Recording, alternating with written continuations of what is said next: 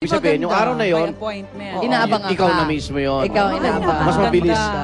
Pwede pa rin yata mag-course through travel agencies, pero yung travel agency, mag-a-appointment din doon. Nakulatan din tayo yan kasi kailangan ko rin malaman kay Susan Enriquez mamaya. At eto pang pahabol, bago ating balitaan, congratulations sa mga nanalo sa Binibining Pilipinas. Post naman dyan, girls.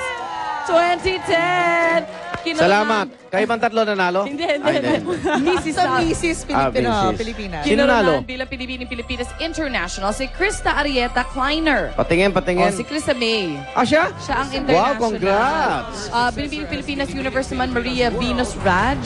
At Zarina Catherine Gat Bonto naman nagwaging Binibining Pilipinas World.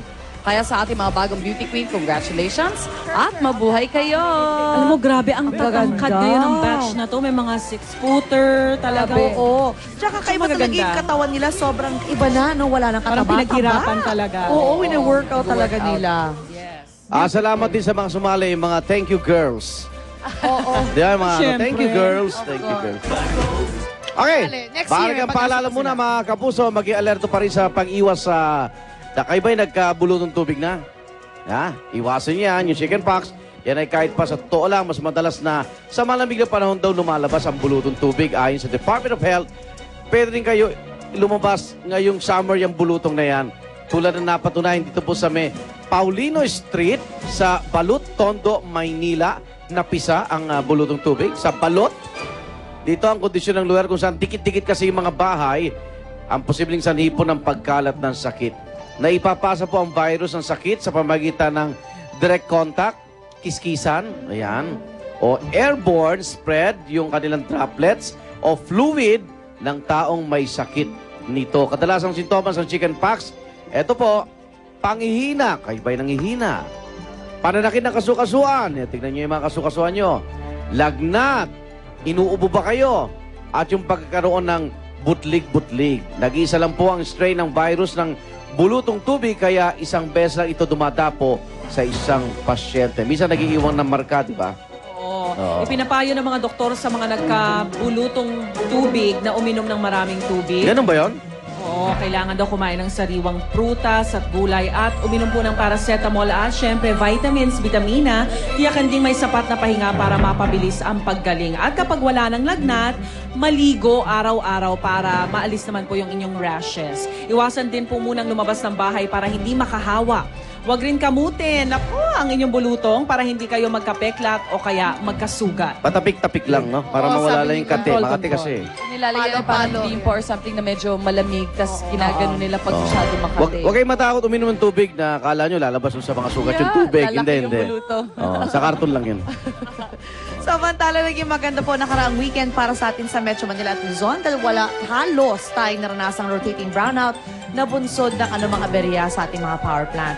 Ayon sa National Power Corporation, nagkaroon ng sapat na power reserve na resulta ng mababa namang demand sa kuryente tuwing Sabado at Linggo. Ngunit aminado Napocor, wala pa rin katiyakan kung wala na ring power interruption ngayong Linggo. Pero sa Mindanao, konting tiis pa rin. Asahan pa rin daw ang mga power interruption. Buti na lamang at walang brownout sa Metro Manila dahil baka sumabay pa ito sa tindi ng init ng ating panahon.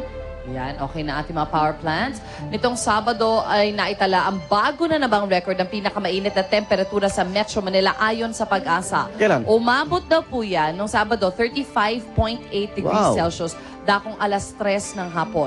Mas mataas ito sa 35.5 degrees Celsius nung Marso at 3. Ayon sa mga eksperto, karaniwan naglalaro lang ang taas ng temperatura tuwing Marso sa 33 at 34 degrees Celsius. Pagtaya tuloy na Pag-asa, posibleng umabot pa sa 40 degrees Celsius ang temperatura. Ay, ang init sa pagpasok ng Abril at Mayo. So naglalaro lang sila. Naglalaro lang sila. Eh, mga panahon na yun, naglalaro din ako. Ang init. Naglalaro sa init. Naglalaro tayo sa initan. O kaya kailangan talaga huwag niyong kalimutan uminom ng maraming Tubig. di Parang ba? planeta sa heat stroke dito sa Oo. Philippines. So, ingat po. Tsaka sunblock, yung sun exposure talaga yan. Mga skin cancer. Oh, pero every 4 Tayong, hours maglalagay ulit tayo dahil wala na silbi yun. Oh. Sa ibang balita naman, dumating na sa Santa Rosa, Laguna ang mga labi ng nasabing biktima na malagim na bus accident naman naganap sa La Union noong Sabado. Pero binawalan ng mga taga-media ng pamunuan ng subdivision na kunan yung burol sa mga biktima. alinsunod na rin po ito sa hiling ng mga pamilya. Sila po yung mga bumisita sa iglesia sa Baguio City. Nagbisita iglesia kasi Kwaresma nga pala. Pero nang pauwi na, minalas po ang kanilang bus, sumalpok sa isang puno, dyan po sa bahay ng Pugo, La Union. 12 sa megit 40 sakay ng bus ang patay sa insidente, habang nasa 18 naman ang nasugatan. Tinakbo sa Baguio General Hospital ang ilan sa kanila, pero may mga pinauwi na rin ng Laguna. Ayon sa ilang saksi, mabilis daw po ang pagpatakbo ng driver ng naturang bus. At siguradong kung hindi niya kabisado yung daan dyan, dahil Laguna siya eh. Yung kurba, pag mabilis ka, ay delikado po talaga yun. At isa pa hong malungkot na balita nitong weekend, ang pagkamatay ng 11 sundalo matapos makaengkwentro ng mga hinihinalang miyembro ng New People's Army dyan po sa Mansalay, Oriental, Mindoro. Ngayong umaga po sila nakatakdang iburol sa Fort Bonifacio, kung saan bibigyan din sila ng military honors.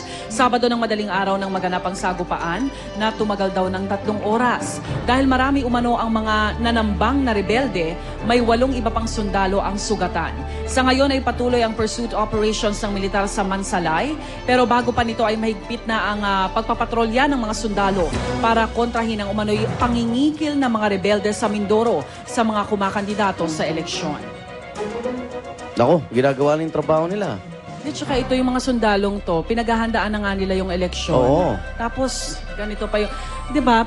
Ano pang aasahan mo sa mga susunod na araw habang lumalapit yung eleksyon? Medyo, sana hindi matakot din yung mga Tao. o sundalo natin na talagang pagpatuloy pa rin yung trabaho nila sa Lalo kabila na nito. ngayon na syempre nakapangikil na yung mga NPA, so dumami na rin yung armas nila, marami na rin sila na-recruit. Nakapagpili At na. hindi lang sa Mindoro, sa iba pang parte ng Pilipinas.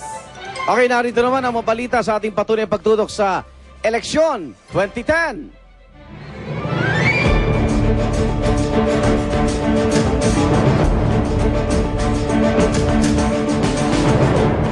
Patagumpay po ang sinagawang Voters Education Campaign ng GMA News and Public Affairs sa Mall of Asia sa Pasay City kahapon.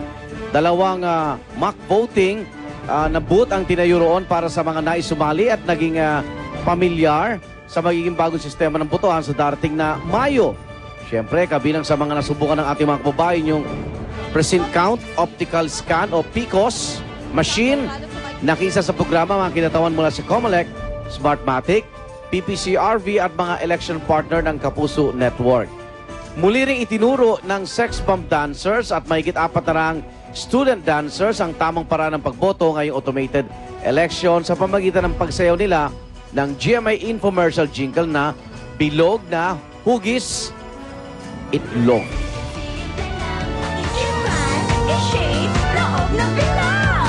Uy, masaya dyan kahapon. Siyempre, mga bago pala mag-alas 10 nandyan na kami yung group namin, tapos naghahanda na, tapos may mga nag-host ng, sina Paolo nag-host ng opening part.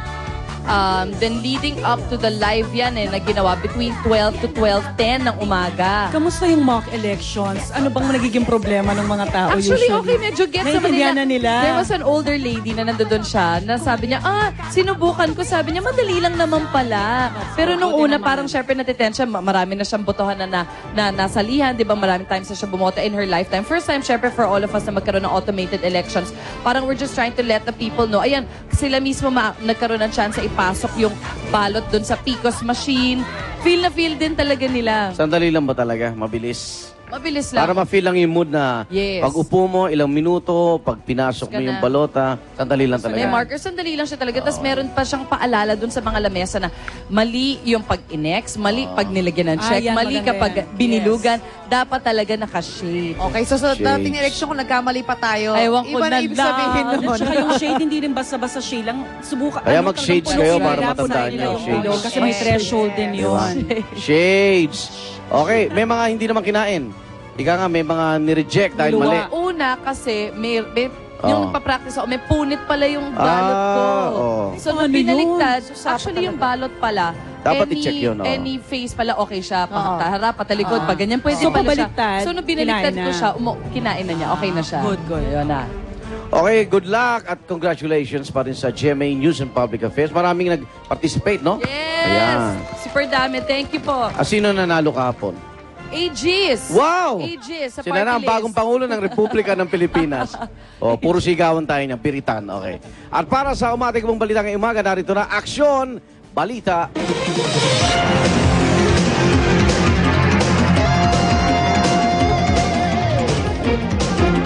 Isang lalaki ang sugatan matapos barilin umano ng ilang gwardya sa Fairview, Quezon City. At kung siya po'y nakaligtas ang kanyang kasama namang alagang aso na patay sa barilan. Ang mga detalye iatid sa atin ni Oscar Oida. Oscar?